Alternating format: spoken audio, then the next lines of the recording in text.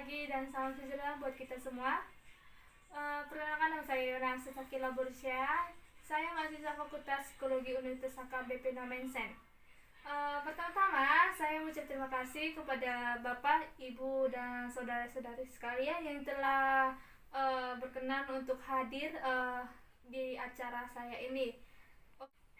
Di pagi hari ini saya akan menjelaskan mengenai topik gangguan kesehatan mental.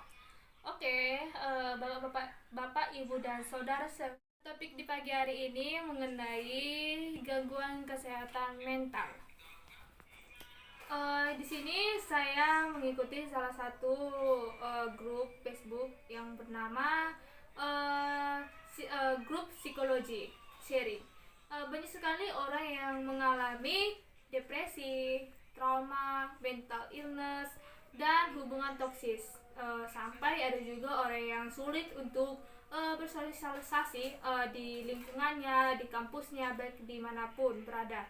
Karena itu, Bapak, Ibu, dan saudara-saudara sekalian, kita perlu sekali kita harus menjaga kesehatan mental kita. Banyak orang yang melakukan sesuatu yang berbahaya pada dirinya karena mereka tidak bisa menjaga dan mengontrol dirinya. Untuk para hadirin, ibu, bapak, dan saudara-saudari sekalian, ini topiknya sangat menarik sekali ya, mengenai gangguan kesehatan mental, karena kita sering mengalami ini, seperti depresi yang saya jelasi di pokok pembahasan yang pertama. Di sini saya akan menjelaskan gangguan kesehatan mental atau disebut dengan mental illness, yang dimana ini merupakan gangguan pada kesehatan yang menyebabkan proses dalam berpikir, perasaan, bentuk perilaku, suasana hati. Orang yang mengalami gangguan mental ini akan terjadi selama jangka waktu yang lama sekali ya Bapak Ibu sekalian. Hal ini dapat menimbulkan efek yang negatif pada diri kita sendiri. Yang dimana Bapak, Ibu, dan saudara-saudari sekalian, saya ada membaca sebuah artikel mengenai artis Choi Jin-ri, yang dimana ia bunuh diri karena dia mengalami depresi. Dan saya juga ada membaca sebuah Gilbert, iming-imingnya ia meninggal bukan gantung diri, melainkan adanya cibiran, hujatan, dan berbagai pandangan negatif pada dirinya. Tidak semua orang mentalnya kuat dan bisa menahan omongan-omongan dari orang lain. Seperti saya, mungkin saya tidak akan kuat dengan omongan-omongan orang yang tidak sesuai dengan dirinya. Ada juga artis Indonesia yang mengalami seperti ini juga. Ibu, bapak, dan saudara-saudara sekalian, mengapa dia mengalami depresi? Karena hujatan juga. Ya, dia ini bernama inisialnya LL. Dia berganti gender. Dia orangnya periang banget dan dia sangat menghibur semua Indonesia karena sifatnya yang kekonyolan.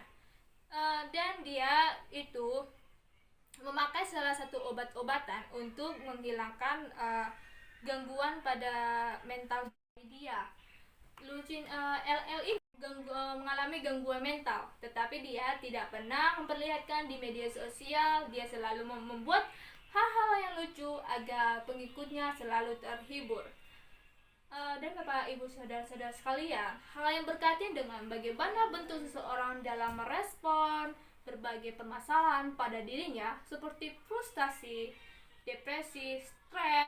Bapak, Ibu, dan saudara-saudara sekalian, WHO mengatakan bahwa kesehatan mental itu sesuatu kesejahteraan fisik, mental, dan sosial yang bukannya mengenai tidak adanya penyakit dan ketidakmampuannya.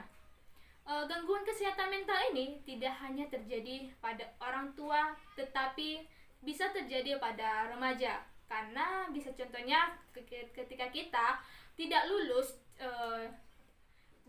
di seperti kuliah di luar negeri, kita tidak diterima, itu akan mengganggu kesehatan mental kita. Seperti kita ingin IPK kita itu tinggi, tapi tidak bisa terwujud karena itu bisa karena kita terlalu menginginkan, itu bisa merusak gangguan mental kita. Hal apa aja yang harus kita lakukan pada orang yang mengalami mental illness ini, Bapak, Ibu, dan saudara sekalian, dengan cara mendengarkan semua hal yang terjadi pada dirinya. Karena mereka membutuhkan arahan, diberikan kasih sayang dan perhatian.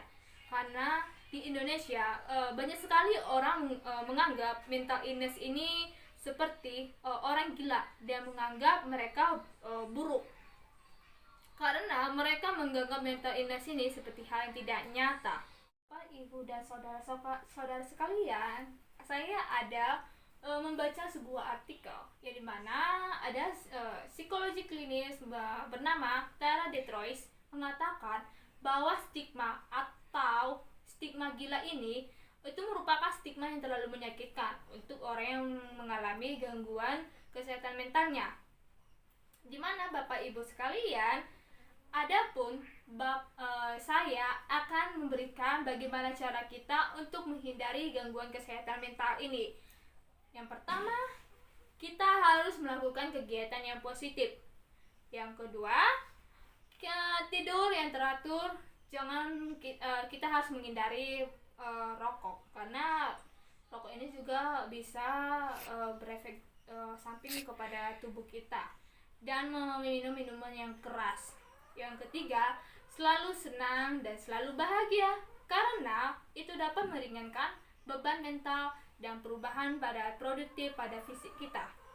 Yang keempat, bersosialisasi dengan lingkungan kita, atau kita bisa menjalin hubungan dengan lawan jenis kita, karena ini bisa membantu kita atau kita bisa bertukar pikiran terhadap pasangan kita. Yang kelima, melakukan aktivitas yang menyenangkan. Dengan demikianlah pidato yang saya sampaikan. Mohon maaf jika ada kesalahan yang saya sampaikan. Semoga pidato ini bisa bermanfaat untuk Bapak, Ibu, dan sekalian. Saya